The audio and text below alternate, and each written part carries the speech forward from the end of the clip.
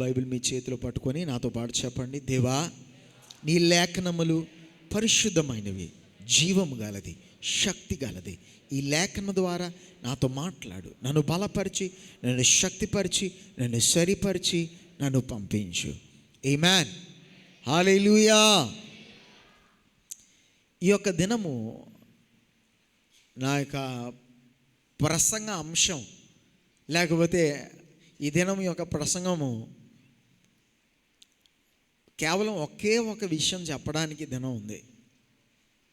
కానీ ఆ ఒక్క విషయాన్ని దగ్గరికి రావడానికి కొన్ని వచనాలు నేను మీకు చూపెట్టాలి. గనక మీ శ్రద్ధ మధ్యలో నేను కోల్పోకుండా, మధ్యలో మీరు అటు ఇటు వెళ్ళిపోకుండా జాగ్రత్తగా చెప్పాలనుకున్న విషయాన్ని జాగ్రత్తగా మీరు గమనించాలని ప్రభుపేట కోరుతున్నాం. ఎందుకంటే ఆ ప్రసంగం యొక్క అసలైన విషయానికి వచ్చినప్పుడు కల్లా కొంచెం టైం పడుతుంది.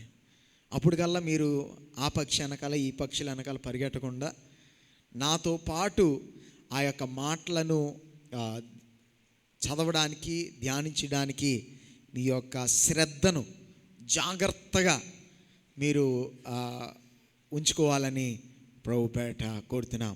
కనుక అందరూ కలిసి బైబిల్ వచనాలు, బైబిల్ గ్రంథం తీయగలితే తీయండి. అంతేగాని మీరు బైబిల్ గ్రంథాన్ని తీసే ఆ పోటీలో లేకపోతే ఆ కుస్తీలో చెప్పే మాటలు వినడం మానేయొద్దు. తీయడం కష్టంగా ఉంటే స్క్రీన్ మీద వచనాలు ఇవ్వబడుతున్నాయి, చదవండి. కనుక తొందరగా తీయగలితే తీయండి. కానీ మీ అందరి యొక్క ఓపిక, సహనము, శ్రద్ధ కావాలి. కనుక నా అంశం లాస్ట్లో నా విషయాన్ని నేను చెప్తాను. ఎందుకంటే ఆ విషయంలోకి రావడానికి నేను చెప్పాను కదా, ఈరోజు ప్రసంగానికి ఒకే ఒక్క విషయం ఉంది. ఆ విషయానికి రావడానికి కొంచెం టైం పడుతుంది. కనుక ఓపికతో, శ్రద్ధతో, శ్రద్ధ కోల్పోకుండా, అటు ఇటు వెళ్ళిపోకుండా జాగ్రత్తగా మాటలు విందాం. ఆదికాండము 6వ అధ్యాయము 2-3 వచనాలు ముందు మనం చదువుదాం. ఆదికాండము 6వ అధ్యాయము 2వ వచనము 3వ వచనము మనం చదువుదాం. దేవుని కుమారులు నరుల కుమార్తెలు చెక్కని వారిని చూచి వారందరిలో తమకు మనస్సు వచ్చిన స్త్రీలను వివాహము చేసుకొనిరి. అప్పుడు యెహోవా నా ఆత్మ నరులతో ఎల్లప్పుడూ వాదించదు. వారు తమ అక్రమ విషయములో నరమాత్రులై ఉన్నారు. ఈ యొక్క ప్రారంభంలో, సృష్టి యొక్క ప్రారంభ కాలములో జరుగుతున్న ఈ యొక్క సందర్భం మీ అందరికీ తెలుసు. ఇక్కడ ఆదికాండం 6వ అధ్యాయము 2-3 వచనాలు ఏమన్నదనగా, దేవుని యొక్క కుమారులు ఏం చేశారనగా, నరుల యొక్క కుమార్తెలతో వారు ఏం చేశారనగా వివాహము చేసుకున్న వారే, లేకపోతే వారితో కుటుంబాలు ప్రారంభించిన వారు తీర్చబడ్డారు. అది దేవునికి అంగీకారంగా తీర్చబడలేదు. దానికి కారణం ఆ వివాహం కాదు, కానీ ఆ వివాహం తర్వాత జరుగుతున్న కార్యాలు, ఆ వివాహం వలన జరుగుతున్న కార్యాలు, ఆ వివాహం యొక్క ఫ్రూట్, ఆ వివాహం యొక్క ఫలము, ఆ వివాహం వలన జరుగుతున్న కార్యాలు దేవునికి ఏమవలేదనగా అది అంగీకారంగా తీర్చబడలేదు. ఈ యొక్క విధానాన్ని మనము ప్రారంభంలో నుండి, ఆదికాండములో లేదా బైబిల్ గ్రంథం యొక్క ప్రారంభ అధ్యాయాల్లో నుండి ఈ యొక్క విషయాన్ని మనం తరచుగా చూడగలుగుతాం. ఇశ్రాయేల్ ప్రజలతో దేవుడు చెప్పిన విషయాలు మనం చాలాసార్లు ఓకే దేవుడు ఇలా చెప్పాడు. ఇశ్రాయేల్ ప్రజలతో మాత్రం కాదండి, ఇంకా మానవుడి యొక్క చరిత్ర యొక్క ప్రారంభంలోనే దేవుడు ఈ విధానాన్ని దేవుడు ఏం చేయలేదనగా అది మానవుడికి మంచిదిగా దేవుడు ఎంచలేదు. దేవుని యొక్క బిడలు వారు ఈ లోకమైన బిడలతో లేకపోతే ఈ లోకముతో ఒకటిగా తీర్చబడి ఒక కుటుంబాన్ని ప్రారంభించే విధానము దేవుడు తన బిడలకి ఎప్పుడు కూడా ఒక శ్రేష్టమైనదిగా, అది మంచిదిగా దేవుడు ఏం చేయలేదనగా దాన్ని ఆయన ఎంచలేదు. ఆ యొక్క విధానాన్ని మనం ఇంకా పితరుల యొక్క జీవితాల్లో, ఆదికాండములో ఉన్న ఆ యొక్క విశ్వాసములో ఉన్న అలాగే విశ్వాసం యొక్క పితరుల యొక్క జీవితంలో, ప్రారంభ కుటుంబాల్లో ఆ విధానాన్ని మనము చూడగలుగుతాం. వారి యొక్క ఆలోచనను మనం గమనిద్దామా? ఆదికాండం 28వ అధ్యాయం 6వ వచనాన్ని చదవండి. ఆదికాండము 28వ అధ్యాయము 6వ వచనము, ఇస్సాకు జెనసిస్ 28:6. ఇస్సాకు యా యాకోబును దీవించి పద్దనరాములో పెండ్లి చేసుకుని వచ్చుటకై అతనిని ఇక్కడికి పంపెననియు, అతని దీవించినప్పుడు నీవు కనాను దేశపు కుమార్తెలో ఎవరిని పెండ్లి చేసుకొనవద్దని అతనికి ఆజ్ఞాపించిననియు. ఇంకా చదవండి కొంచెం కింద కూడా చదవండి. యాకోబు యా.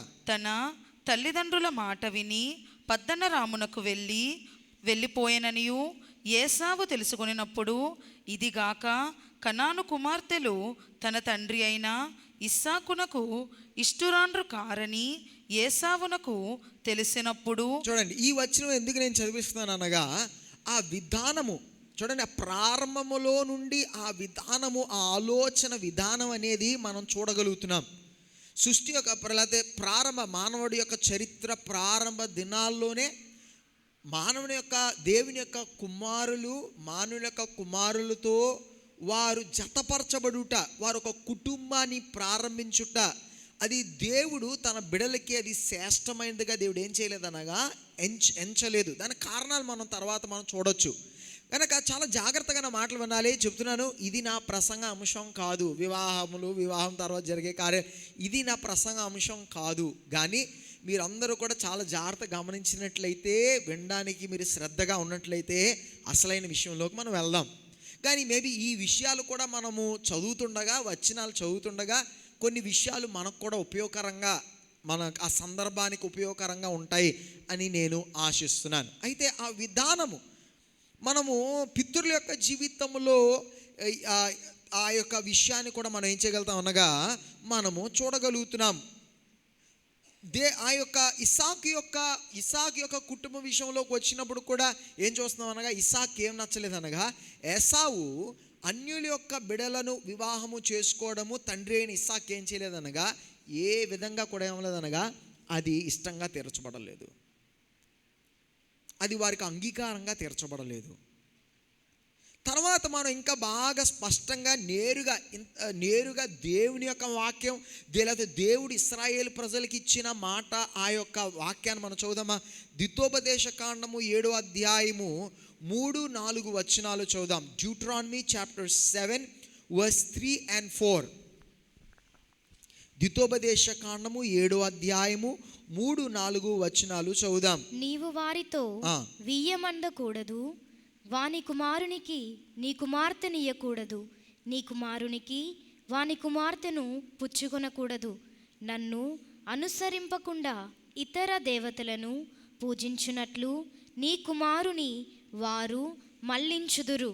అందును బట్టి యెహోవా కోపాగ్ని నీ మీద రగులుకొని ఆయన నిన్ను త్వరగా నశింపజేయును. రైట్, ఇది దేవుడు ఇశ్రాయేలు ప్రజలతో దేవుడు వారికి నేర్పిస్తూ దేవుడు వాళ్ళతో అంటున్నాడు, మీరేం చేయొద్దనగా మీ యొక్క బిడల్ని అన్యులకి ఏం చేయొద్దనగా ఇచ్చి వివాహం చేయొద్దు అని దేవుడు ఏం చేస్తున్నాడనగా ముందుగానే ఇశ్రాయేలు ప్రజలకి దేవుడు నేర్పిస్తున్నాడు. చూడండి, చాలా జాగ్రత్తగా గమనించాలి. మళ్ళీ నేను చెప్తున్నాను, ఈ రోజున అంశము వివాహాలు ఎవరితో చేసుకోవాలి అది కాదు నా అంశం. కానీ జాగ్రత్తగా ఆ యొక్క మాటలు మనం వినడానికి మనము ఇష్టపడదాం.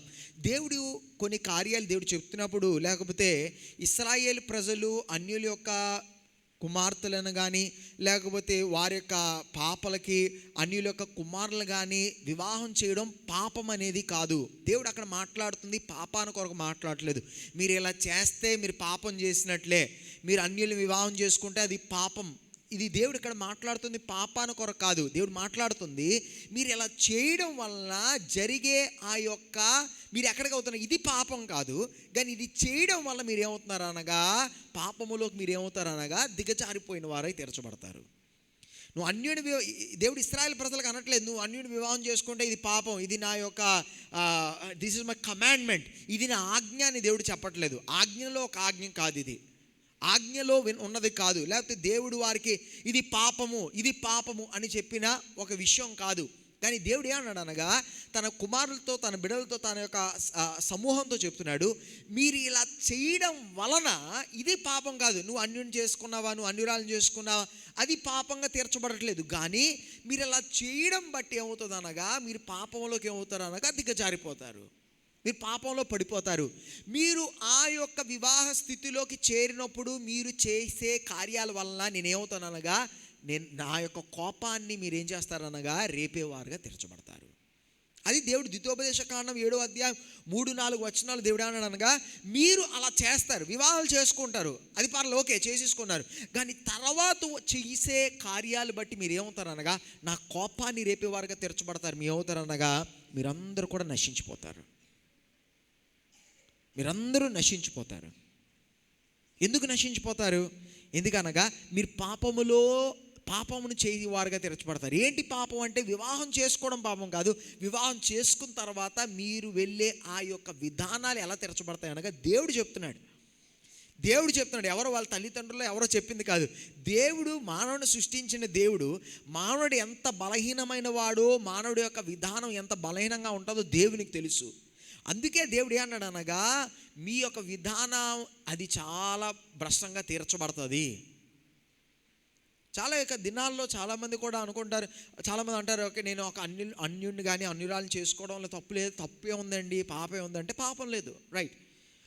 నేను వివాహం చేసుకుంటానండి, నా భర్త నన్ను చర్చికి వెళ్ళనిస్తారు, వాళ్ళేమో వారి దేవుని నమ్ముకోరు కానీ వారేమో ఏదైనా చేసుకుంటారు, నన్ను మాత్రం చర్చికి వెళ్ళనిస్తారు, ఓకే బాగుంది.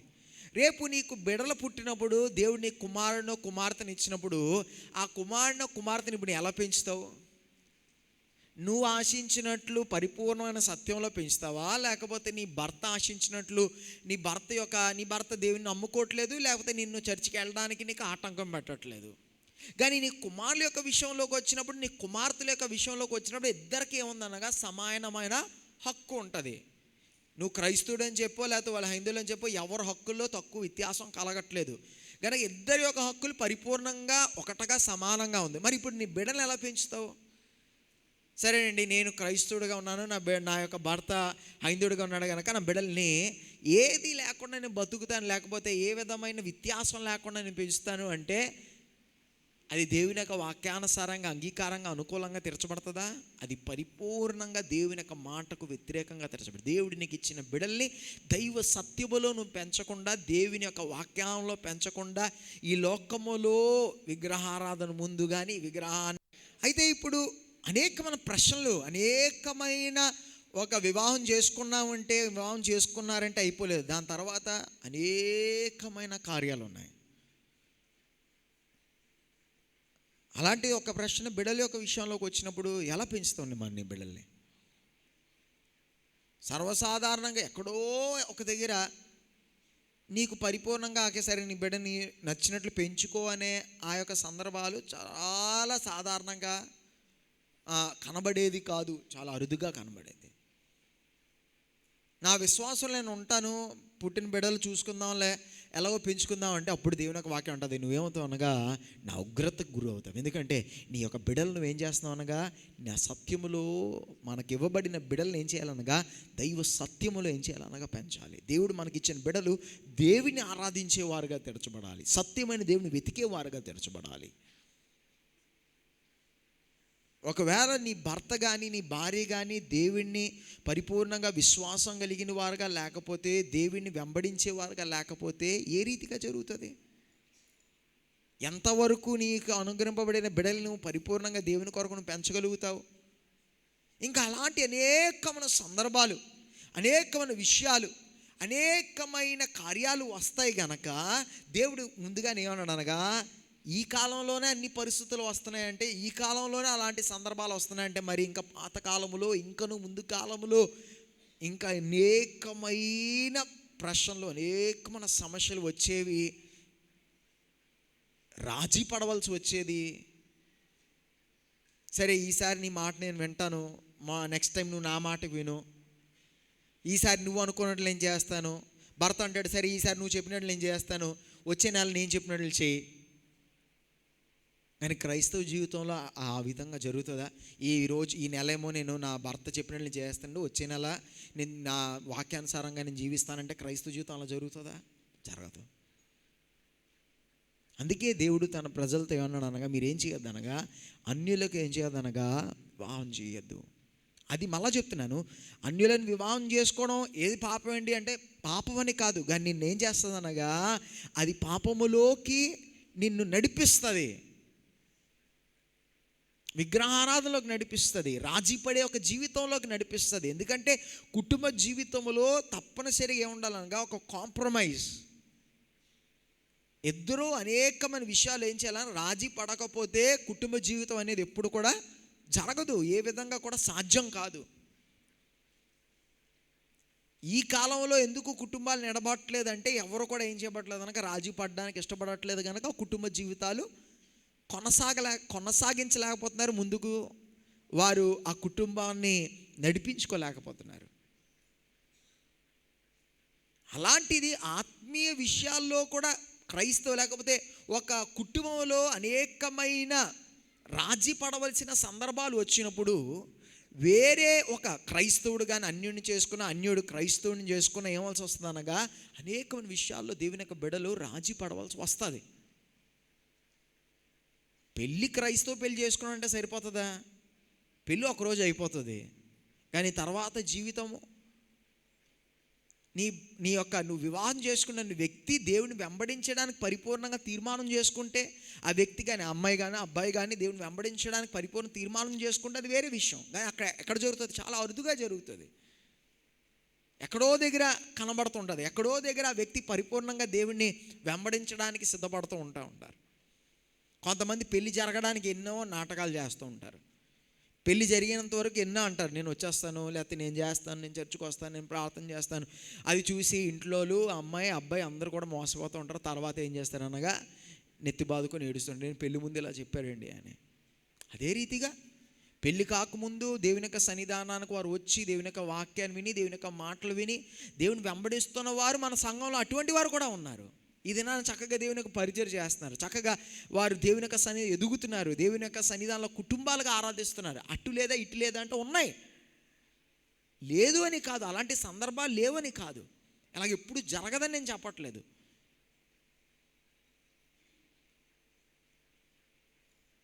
ఇక్కడ దేవుడు చెప్తున్న ఇశ్రాయేల్ ప్రజలతో ఏమంటున్నాడు అనగా, మీరేం చేయదనగా అన్యులతో మీరేం చేయదనగా మీ బిడ్డలను వారికి ఇవ్వద్దు, మీ కుమారులకి కుమార్తెలను తెచ్చుకోదని దేవుడు చెప్పాడు. దేవుడు ఖచ్చితంగా చెప్పాడు, నా యొక్క ఉగ్రత మీరు చేయడం బట్టి మీరు ఏమవుతారు అనగా దిగజారిపోతారు, అప్పుడు ఏమవుతుంది అనగా నా ఉగ్రత మీ మీదకు వస్తుంది. ఓకే, కనుక మళ్ళీ కిందకు వచ్చేద్దాం. ఇంకా తర్వాత విషయాల్లో చూద్దాము. యెహోషువ గ్రంథంలో దేవుడు ఏం చెప్తున్నాడో చూద్దాం. యెహోషువ గ్రంథము 23వ అధ్యాయం 12-13 వచనాలు చదువుదాం. యెహోషువ గ్రంథము 23వ అధ్యాయం 12-13 వచనాలు చదువుదాం. Joshua chapter 23 verse 12 and 13. అయితే మీరు వెనుకకు తొలగి మీ యొద్ద మిగిలి ఉన్న ఈ జనములను హత్తుకొని వారితో 1000 మంది వారితో మీరును మీతో వారును సాంగత్యము చేసిన ఎడల మీ దేవుడైన యెహోవా మీ ఎదుట నుండి ఈ జనములను కొట్టివేయుట మానును.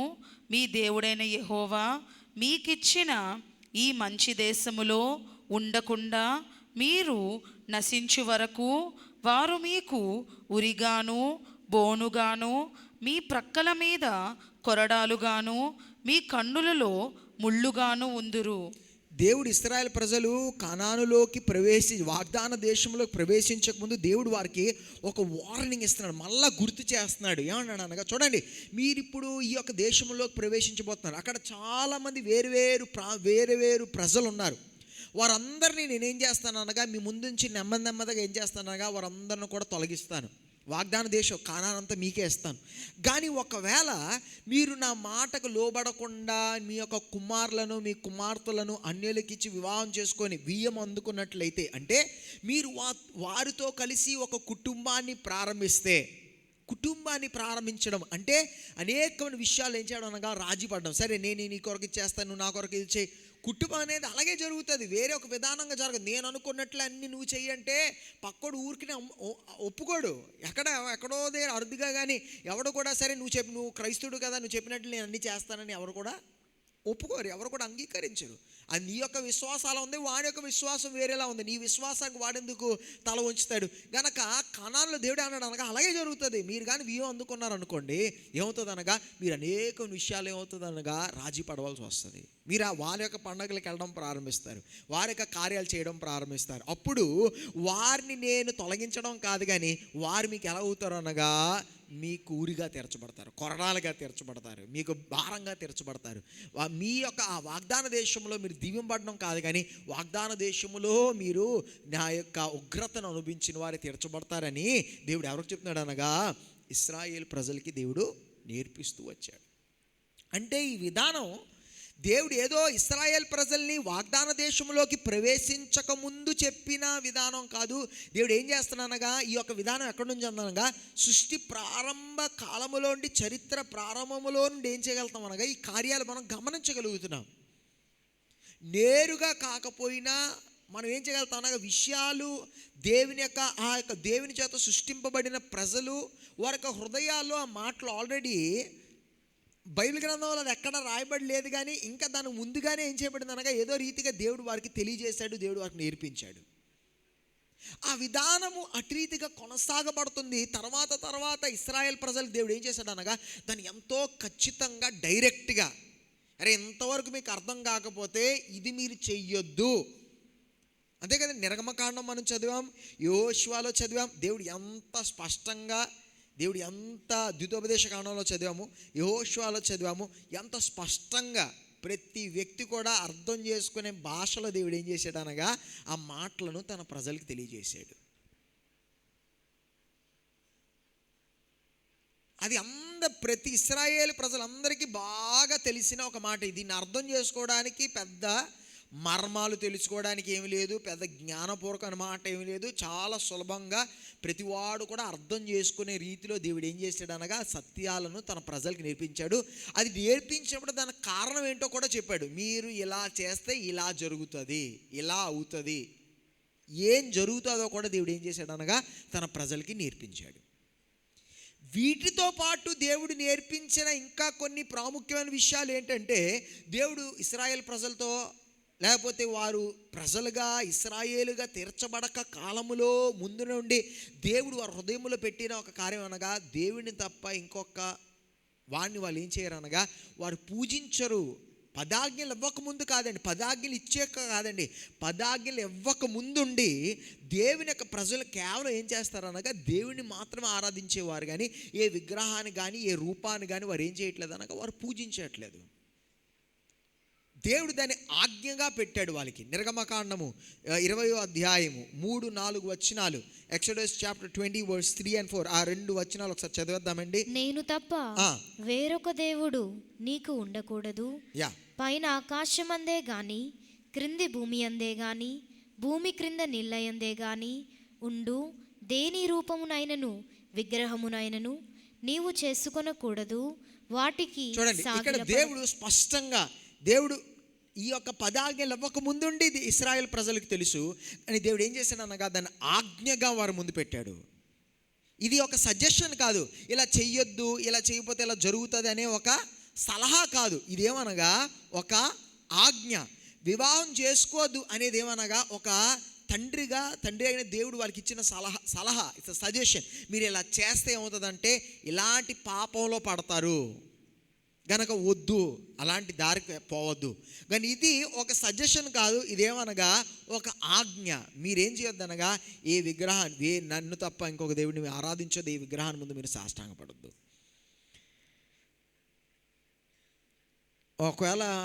ఒకవేళ మీ స్నేహితులు, మీ చుట్టాలు, మీ బంధువులు, మీ స్కూల్లో ఉన్నవాళ్ళు, కాలేజీలో ఉన్నవాళ్ళు, ఆఫీసులో ఉన్నవాళ్ళు, మీతో ఉన్న వాళ్ళందరూ చాలామంది క్రైస్తువుల్ని ప్రశ్న అడుగుతూ ఉంటారు. అదేంటండి, మీరు మీ గుడికి రమ్మంటే మేము వస్తాం కదా, మరి మా గుడికి ఎందుకు మీరు రారు? మీ పండగ, మీ చర్చిలో పండగ లేనప్పుడు రమ్మంటే వస్తాం కదా, మరి మా గుడిలో పండగ లేనప్పుడు మీరు ఎందుకు రారు? లేకపోతే మేము చేసేది మీరు ఎందుకు చేయరు? మేము వస్తాం కదా, మేము చేస్తాం కదా అని వారు అనేకులు చెప్తూ ఉంటారు. మేము యేసుప్రభువుని కూడా మొక్కుతామండి, మీరెందుకు మా దేవుడిని మొక్కరు అని మీ స్నేహితులు కానీ మీ చుట్టాలు కానీ ఎప్పుడైనా అడుగుంటారు. దానికి జవాబు ఏంటంటే, ఈ లోకములో ఉన్న మతములు అనగా ఒకవేళ ముఖ్యంగా హైందవ విధానాల్లో అనేకమైన దేవతలు ఉన్నాయి, అనేకమైన దేవుళ్ళు ఉన్నారు. వారు అనేకుల్ని దేవుడిగా వారి యొక్క విధానాల్లో, వారి యొక్క విశ్వాసం అనేకమైన దేవతలను వారు అంగీకరిస్తున్నారు. ఆ దేవతల్లో వారు ఏం చేస్తారు అనగా యేసుప్రభువును కూడా వారు పెట్టేసుకుంటారు. వారికి ఆ విధానంలో వ్యత్యాసం లేదు, ప్రతి మూర్తులను దేవతలను వారు ఆరాధిస్తారు, పూజిస్తున్నారు.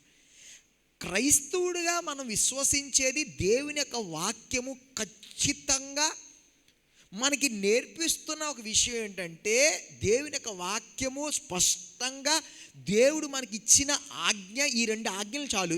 ఒక ఆజ్ఞ ఏమనగా, నేను తప్ప మరొక దేవుడు లేడు, మీరేం చేయకూడదని ఏ విగ్రహం ముందు మీరు సాష్టాంగపడద్దు. నీ యొక్క స్నేహితులు, బంధువులు, చుట్టాలు, నీ ఆఫీసులో ఉన్నవాళ్ళు, నీ కాలేజీలో ఉన్నవారు, వారు హైందువులైతే వారికి అలాంటి ఒక ఆజ్ఞ వాళ్ళకి లేదు. కానీ నాకు, నీకు, మనము దేవుని యొక్క క్రైస్తవులుగా మనకేముందనగా, మన యొక్క గ్రంథము, మన యొక్క దేవుడు ఇచ్చిన ఒక ఆజ్ఞ అనేది మనకు ఉంది. అదేమనగా, నేనేం చేయలేననగా ఏ విగ్రహాన్ని ముందు సాష్టాంగపడలేను, మరి ఇంకొక దేవుడు నేనేం చేయలేనగా నేను కొలవలేను. అది నాకు నా దేవుడిచ్చిన ఆజ్ఞ, అది నాకు ఇచ్చిన సజెషనో సలహా కాదు. దాని నిమిత్తం నేనేం చేయలేనగా ఏ ఒక్క మందిరానికి రాలేను, ఏ విగ్రహాన్ని ముందు నేను సాష్టాంగపడలేను, ఏ ఒక్క మీ యొక్క కార్యాలు నేను తోడ్పడలేను. అది మనం ఇవ్వవలసిన వివరణ. అది ఇది నా విశ్వాసములో నాకు ఇవ్వబడిన ఆజ్ఞ, దైవికమైన ఆజ్ఞ ఇది. సో ఈ యొక్క విషయాలు, ఈ 2 విషయాలు బైబిల్ గ్రంథంలో ఎంతో స్పష్టంగా దేవుడు తన ప్రజలకి ఎంతో ప్రతి వారికి అర్థమయ్యే రీతిగా దేవుడు ఏం చేశాడు అనగా వారికి నేర్పించాడు. ఏంటి ఆ 2 విషయాలు? ఒకటి ఏమన్నాడు అనగా, వారికి ఇచ్చిన సలహా ఏమన్నారే, బాబు మీరు పాపంలో పడిపోయి వేరే విగ్రహాలను మీరు ఆరాధించేవారుగా, పూజించేవారుగా మీరు తీర్చబడకుండా మీరు ఏం చేయొద్దు, అన్యులను ఏం చేయొద్దు అనగా మీరు వివాహం చేసుకోవద్దు అని దేవుడు చెప్పాడు. దీనికన్నా ప్రాముఖ్యంగా స్పష్టంగా ఒక ఆజ్ఞగా దేవుడు ఏమిచ్చాడు అనగా, ఏ యొక్క రూపాన్ని ముందు కానీ, లేదా మీకు ఇంకొక దేవుడు ఉండకూడదు, ఏ రూపాన్ని ముందు మీరు ఏం చేయొద్దు అనగా మీరు సాష్టాంగ పడొద్దని దేవుడు ఈ 2 విషయాలు చెప్పాడు. ఈ 2 మాటలు మన అందరికీ అర్థమై కదండి. ఈ 2 విషయాలు బైబిల్ చదువుతున్న ప్రతి వ్యక్తికి, ప్రతి క్రైస్తవుడు కూడా ఈ 2 విషయాలు ఉన్నాయి, ఇది అర్థమవుతుంది. దీంట్లో ఏ యొక్క కన్ఫ్యూజన్ లేదు, దీన్ని వివరించడానికి అవసరం కూడా లేదు. అంత సులభమైన, ప్రతి వారికి స్పష్టంగా అర్థమయ్యే విషయాలు. ఇప్పుడు బైబిల్ గ్రంథంలో ఒక వ్యక్తి కొరకు మనం చదువుదాం, ఒక వ్యక్తిని మనం చూద్దాం. మొదటి రాజుల గ్రంథములో 4వ అధ్యాయము 29 నుండి 34 వచనాలు, కొన్ని వచనాలు చదువుతామండి. గనక మీరు స్క్రీన్ మీద వచనాలు ఇవ్వబడుతున్నాయి, మీరు చదవచ్చు. మొదటి రాజుల గ్రంథం 4వ అధ్యాయము 29 నుండి 34 వచనాల వరకు మనం ఒక్కసారి చదువుదాం. మొదటి రాజులు 4వ అధ్యాయం 29 నుండి 34 వచనం వరకు చదువుదాం. దేవుడు జ్ఞానమును, బుద్ధిని, వర్ణింప సఖ్యము కాని వివేచన గల మనస్సును సొలొమోనుకు దయచేసెను. గనుక సొలొమోనునకు కలిగిన జ్ఞానము తూర్పు దేశస్థుల జ్ఞానము కంటెను, ఐగుప్తీయుల జ్ఞానమంతటి కంటెను అధికమై ఉండెను. అతడు సమస్తమైన వారి కంటెను, ఎజ్రాహీయుడైన ఏతాను కంటెను, మహోలు కుమారులైన హేమాను, కల్కోలు, దర్దా అనువారి కంటెను జ్ఞానవంతుడై ఉండెను. గనుక అతని కీర్తి చుట్టూనున్న జనములన్నిటిలో వ్యాపితమాయెను. అతడు 3,000 సామెతలు చెప్పెను, 1,005 కీర్తనలు రచించెను. మరియు లెబానోనులో ఉండు దేవదారు వృక్షమునే గాని, గోడలో నుండి మొలచు హిస్సోపు మొక్కనే గాని చెట్లన్నిటిని గూర్చి అతడు వ్రాసెను. మరియు మృగములు, పక్షులు, ప్రాకు జంతువులు, జలచరములు అనువాటన్నిటినీ గూర్చియు అతడు వ్రాసెను.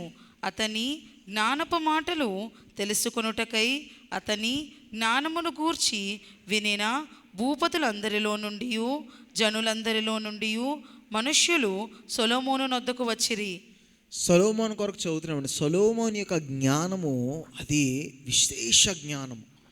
ఎంత జ్ఞానం అంటగా, లోకంలో ఉన్నవాడు అందరూ కూడా సొలొమోను యొక్క మాటలు వినడానికి వారు వచ్చేవారంట. సొలొమోనికి బాటనీ వచ్చేసు, జువాలజీ వచ్చేసు, పోయిటరీ వచ్చేసు, బిఏ వచ్చే, అన్ని ఆర్ట్స్ అన్నీ వచ్చేసు.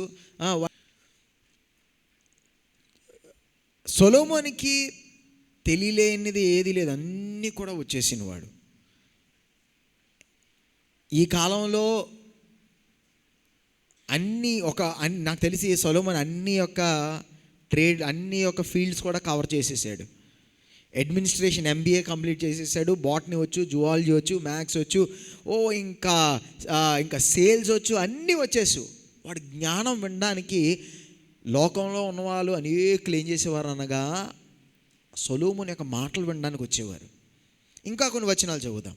మొదటి రాజుల గ్రంథం 10వ అధ్యాయం 6 నుండి 9 వచనాలు చదువుదామా.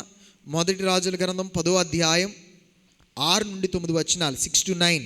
రాజుతో ఇట్లా నేను నీ కార్యమును గూర్చియు జ్ఞానమును గూర్చియు నా దేశమందు నేను వినిన మాట నిజమే అయినను నేను వచ్చి కన్నులారా చూడకమునుపు ఆ మాటలను నమ్మకయుంటిని. ఉన్నదానిలో సగమైనను నాతో చెప్పబడలేదని ఇప్పుడు నేను తెలుసుకొనుచున్నాను. నీ జ్ఞానమును నీ భాగ్యమును నేను వినిన దానిని బహుగా మించి ఉన్నవి. నీ జనులు భాగ్యవంతులు, నీ ముందర ఎల్లప్పుడూ నిలచి నీ జ్ఞానవచనములను వినుచుండు. నీ సేవకులను భాగ్యవంతులు, నీ యందు ఆనందించి నిన్ను ఇశ్రాయేలీయుల మీద రాజుగా నియమించిన నీ దేవుడైన యెహోవాకు స్తోత్రము కలుగునుగాక. ఎప్పుడైనా ఎవరికొరకన్నా చెప్తే చెప్పిన దాంట్లో వెళ్ళి చూస్తే పావు అంతే ఉంటుంది. లేకపోతే ఏదన్నా వివరిస్తే అది చాలా బాగుంటుందండి, అది చూడాలండి, అక్కడికి వెళ్ళాలండి అంటే మనం వెళ్ళినప్పటికల్లా చెప్పినంత వివరణలో సగం కూడా మనకు అక్కడికి ఏం కనబడదు. చాలామంది అంటారు ఆ ఊరు వెళ్ళాలండి, ఆ ఊరు చాలా అందంగా ఉంటుందండి, జీవితంలో ఒకసారైనా వెళ్ళాలండి అని. వాళ్ళు చెప్పిన మాట చూసి మనం ఆ ఊరు వెళ్ళాం అనుకుంటే దీనికోసం ఏం చెప్పారు బాబు, ఎంత హడావిడి చేశారు దీని కొరక అని ఉంటుంది.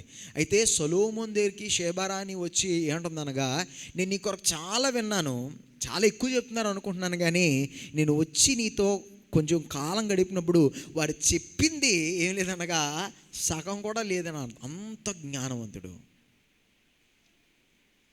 సొలొమోను వంటి జ్ఞానం కలిగిన వాడు లోకంలో లేడు అంటే, ఆ కాలంలో ఈ కాలంలో ఎవడు లేడు అంటే దానికి అర్థం అంతగా ఉందనే సత్యాన్ని గ్రహించాలి.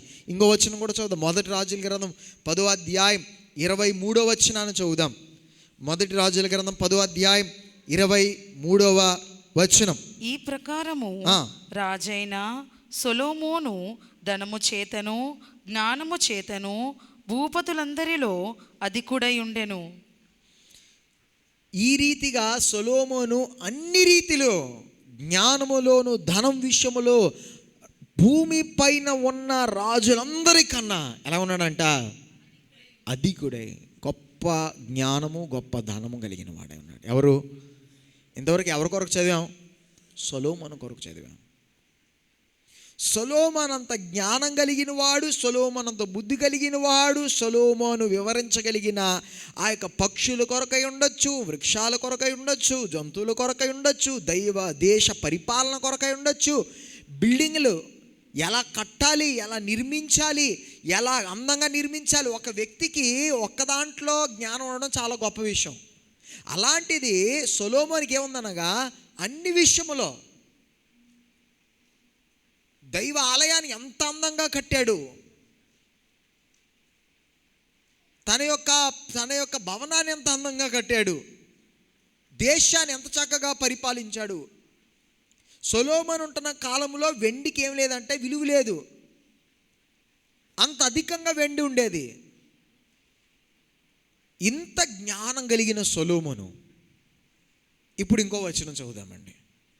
మొదటి రాజుల గ్రంథం 11వ అధ్యాయం 1-2 వచనాలు చదువుదాం. మొదటి రాజుల గ్రంథము 11వ అధ్యాయము 1వ వచనము 2వ వచనాన్ని చదువుదాం.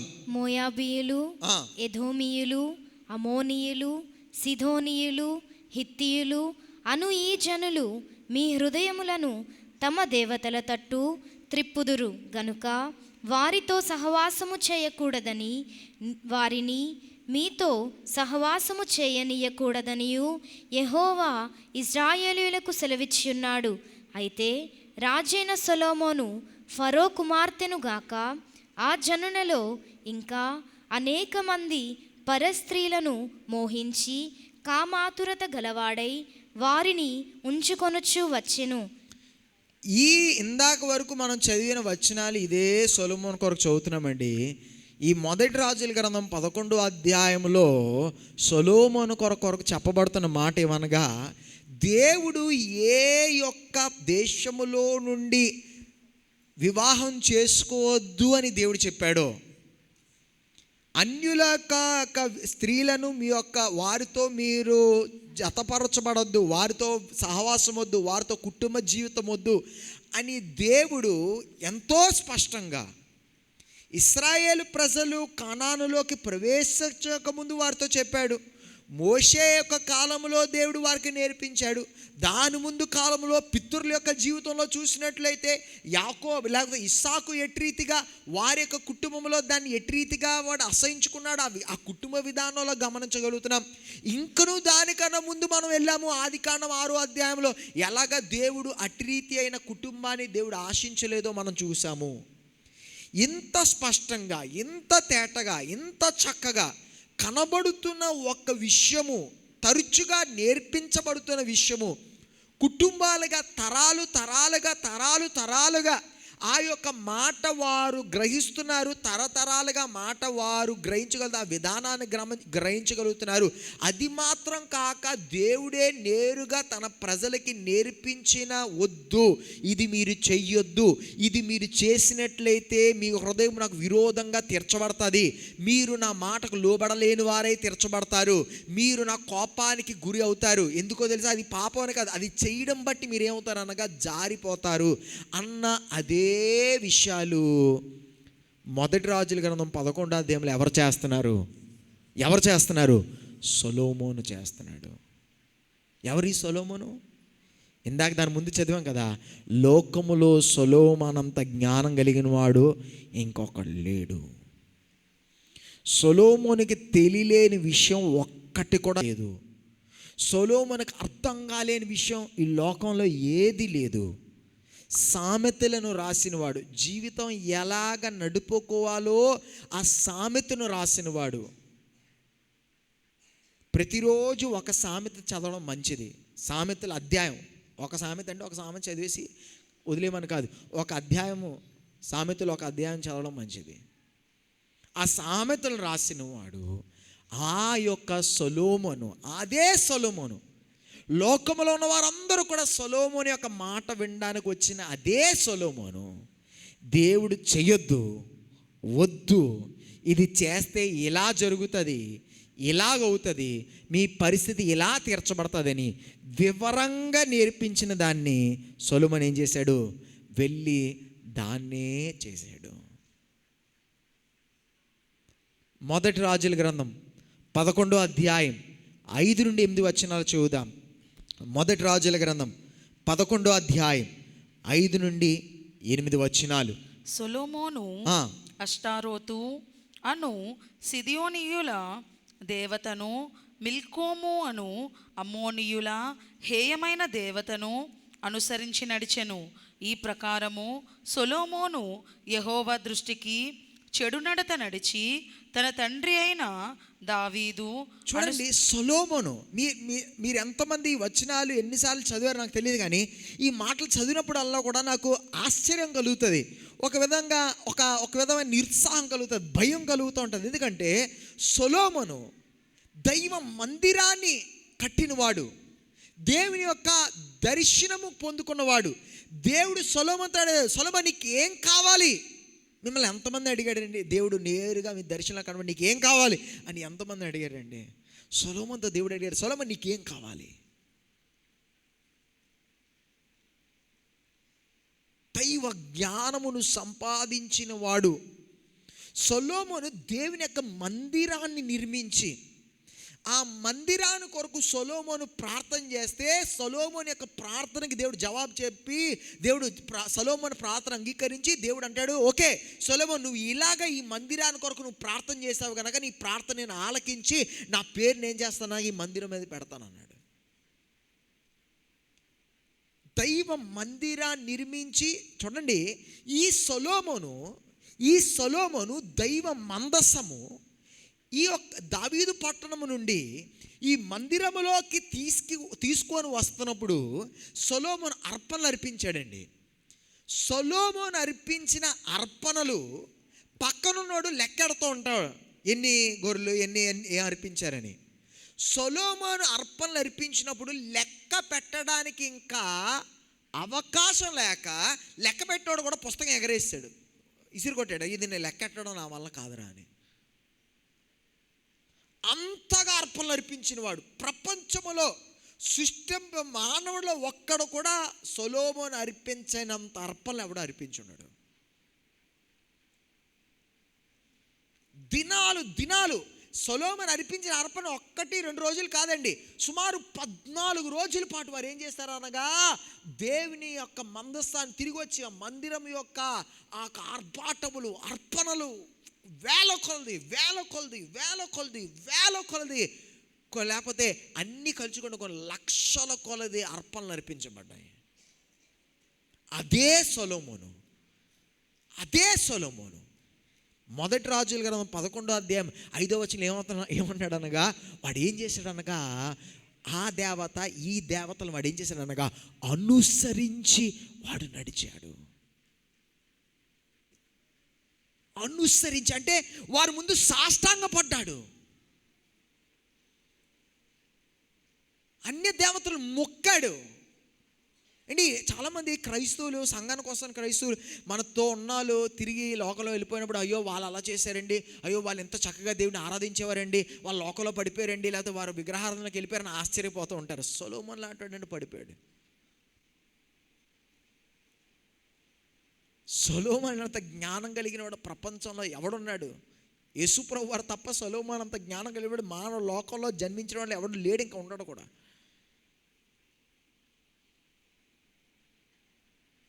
దైవ జ్ఞానం మాత్రం కాదు, నేను సొలొమోనుకున్నది జ్ఞానం మాత్రం కాదు, సొలొమోనుకున్నది ఆత్మీయ జీవితం యొక్క అనుభవం. దైవ దర్శనాన్ని చూచాడు, దేవుని యొక్క స్వరాన్ని విన్నాడు, దేవుని చేత వాడబడ్డాడు, తన యొక్క ప్రార్థన దేవుడు ఆలకించాడు, తన కట్టిన మందిరాన్ని దేవుడు ఘనంగా చేశాడు. ఆ సొలొమోను ఏమయ్యాడనగా విగ్రహాల ముందు సాష్టాంగపడేవాడుగా తెరచబడ్డాడు. ఇతర దేవతలు ఆరాధించేవాడుగా మొక్కేవాడుగా తెరచబడ్డాడు.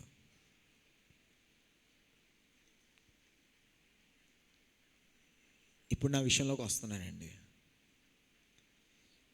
దేవుడు సొలొమోనుకి ఎంత జ్ఞానం ఇచ్చాడు. సొలొమోను ఎంత జ్ఞానవంతుడిగా, లోక సంబంధమైన జ్ఞానములో సొలొమోనుతో పోల్చగలిగిన వాడు ఒక్కడ కూడా లేడు, ఇంకా ఉండబోడు కూడా.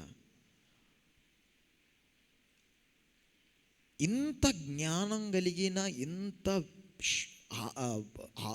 నాలెడ్జ్ కలిగిన ఈ యొక్క సొలొమోను దేవుని యొక్క మాటకు లోబడి, లేకపోతే దైవ ఉద్దేశ ప్రకారంగా దేవునికి అనుకూలమైన జీవితాన్ని జీవించడానికి, దేవునికి యోగ్యకరంగా జీవించడానికి, దేవుని యొక్క మార్గంలో నడవడానికి వాడి వలన సాధ్యం కాకపోయింది, వాడి వలన జరగలేదు.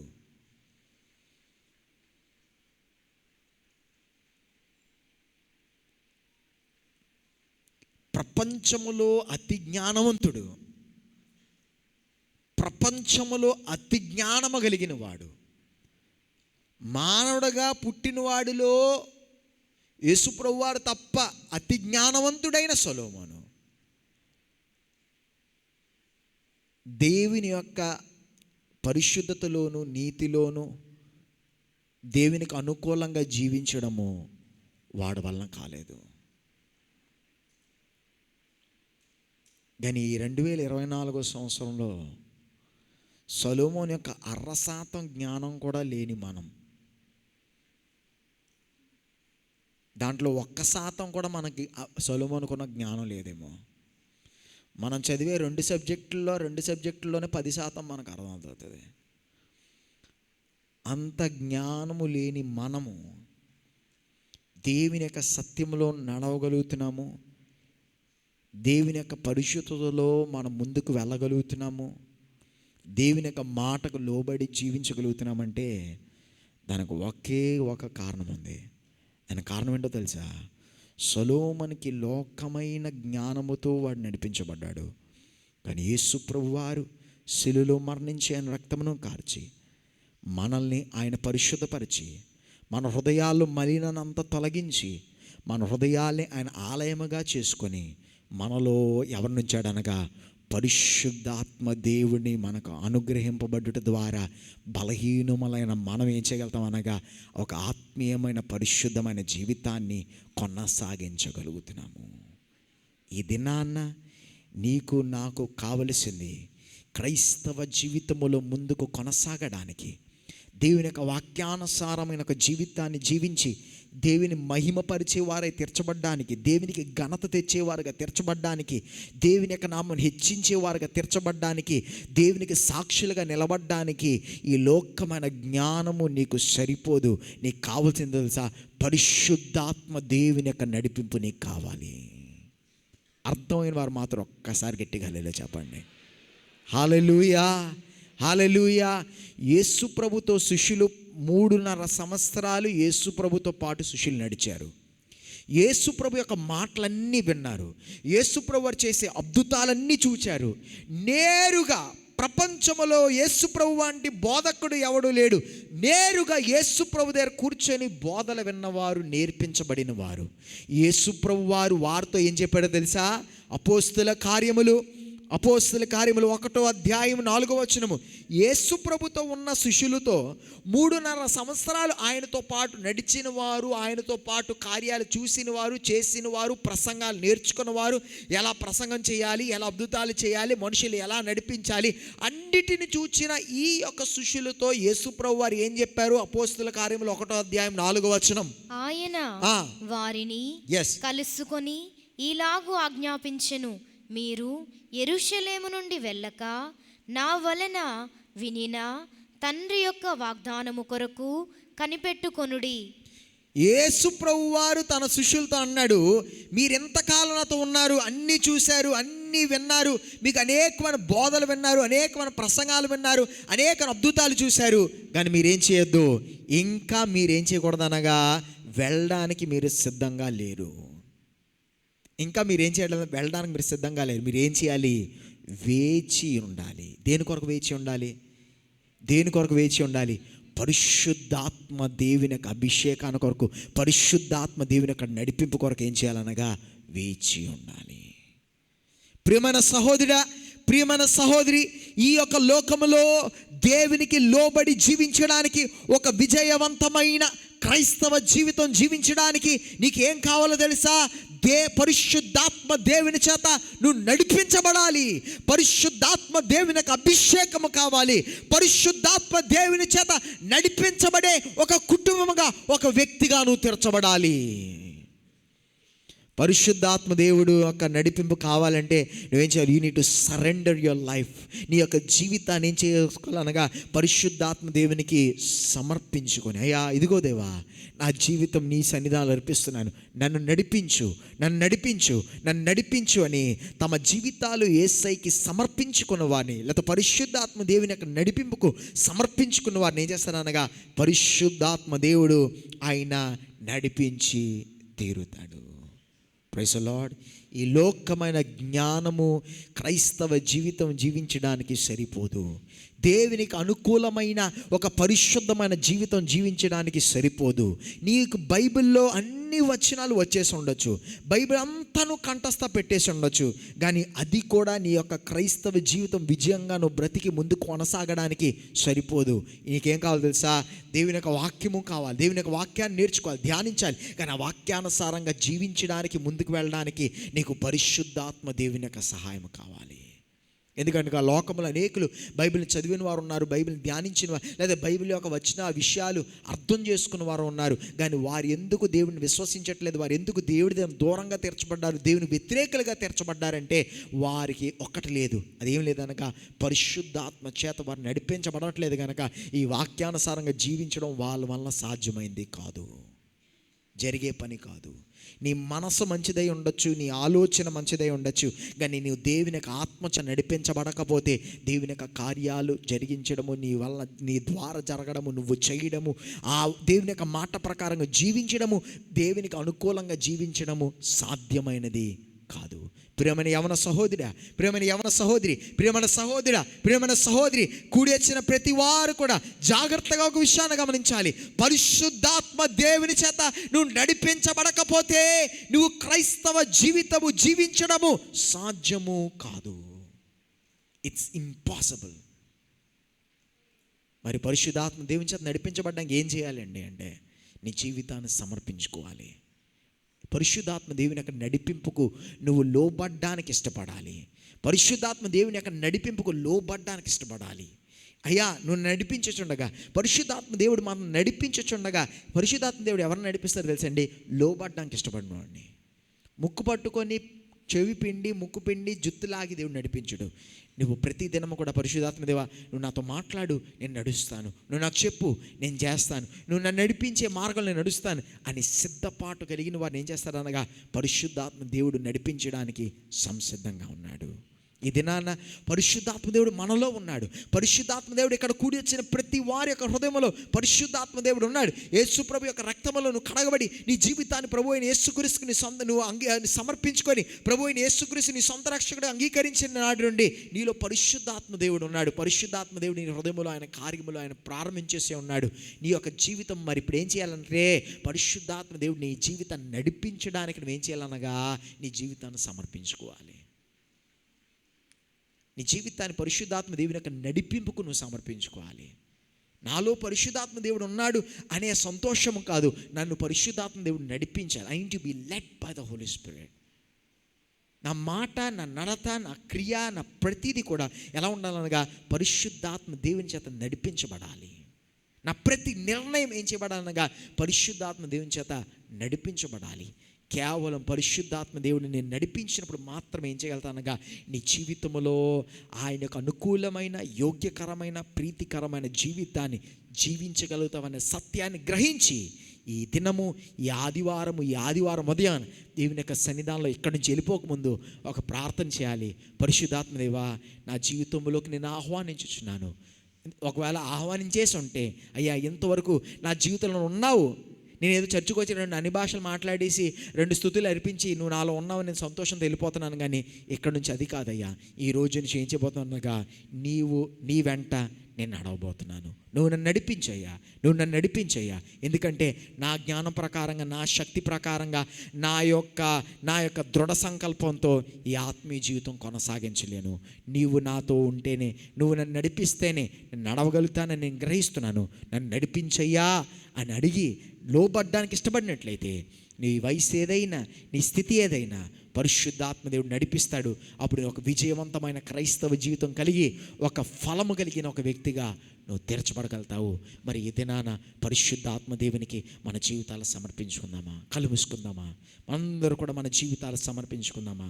పరిశుద్ధాత్మదేవుని యొక్క పాద సన్నిధానంలోకి మన జీవితాలు మనం సమర్పించుకుందామా? నిజంగా అండి, ఎవరు కూడా అటు ఇటుగా ఉండొద్దండి. అందరం కూడా మన జీవితాలు పరిశుద్ధాత్మదేవునికి సమర్పించుకొని అడుగుదాం. పరిశుద్ధాత్మదేవుని నడిపించాయా? ఇదిగో తండ్రి, ఈ దినాన తండ్రి, అయ్యా తండ్రి, ఇదిగో నా జీవితం నీ పాదం దగ్గర సమర్పించుకొని అయ్యా నన్ను నడిపించయ్యా. Please lead me your lord. నీ జ్ఞానముతో నన్ను నడిపించు. నీవు నన్ను నడిపించయ్యా. నా జ్ఞానం సరిపోదు, నా బుద్ధి సరిపోదు అయ్యా. ఈ లోకమైన ఆలోచన శక్తి సరిపోదు, ఈ లోకమైన జ్ఞానం సరిపోదు, ఈ లోకమైన సామర్థ్యాలు బట్టి ఆత్మీయ జీవితం జీవించడం సాధ్యము కాదు అని సత్యాన్ని నేను గ్రహిస్తున్నాను అయ్యా. కేవలం ఆత్మ ద్వారా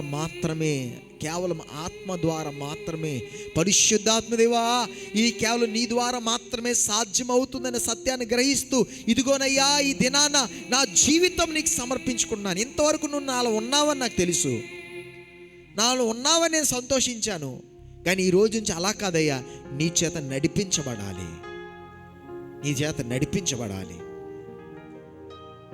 ఏదో కొన్ని వరాలు ఉన్నాయని కాదయ్యా, నీతో నేను నడిపించబడాలి. నా మాట, నా యొక్క నడత, నా ఆలోచన, నా నిర్ణయాలు, నా తలంపులు, నేను కట్టుకునేది, నేను చేసేది, తీర్మానాలు చేసుకునేది ప్రతిదీ నీ చేత కేవలం నీ చేత ఏం చేయబడాలనగా అది నడిపించబడాలి. అయ్యా మా ముందు పెట్టిన నీ అమూల్యమైన మాటలు బట్టి నీకు స్తోత్రాలు. ప్రతి మాట మా హృదయాలు ఫలింపచేయండి. ఏదో కొన్ని మాటలు విన్నాము వెళ్ళిపోయామని కాదయ్యా. అయ్యా నీ విన్న మాటలు మా హృదయంలో భద్రపరచబడ్డానికి నీ కృప దయచేయండి. కూడి వచ్చిన ప్రతి వ్యక్తిని వారి కుటుంబాలు దీవించండి. వారి చదువులు, ఉద్యోగాలు, వ్యాపారాలు, చేతి వృత్తులను దీవించండి. వేదంలో, దుఃఖంలో ఉన్నవారిని ఆదరించండి అయ్యా. శారీరక బలహీనతలు ఉన్నవారు, హాస్పిటల్లో ఉన్నవారు, గృహాల్లో ఉన్నవారు, సర్జరీ గుండా వెళ్ళవలసిన వారు అయ్యా, వెళ్తున్నవారు అయ్యా, సర్జరీ అయ్యా చేసుకోవడానికి ధనం లేక బాధపడుతున్నవారు, ప్రతి వారి కొరకు నీ మార్గాలు తెరవండి అయ్యా. తండ్రి, ఆర్థికంగా నలిగిపోతున్న వారి కొరకు నీ మార్గాలు తెరవండి. కృతజ్ఞత అర్పణలు, కానుకలు, దశంభాగములు అర్పించుటకు చాచుచున్న ప్రతి హస్తాన్ని 60 100 దీవించండి, ఆశీర్వదించండి. ఈ వారమంతయు నీ ప్రత్యేకమైన కృపలో నీ కాపుదల మమ్మల్ని నడిపించమని ప్రభు యేసుక్రీస్తు నామమున అడుగుచున్నాము మా పరమ తండ్రి. ఆమేన్. హల్లెలూయా.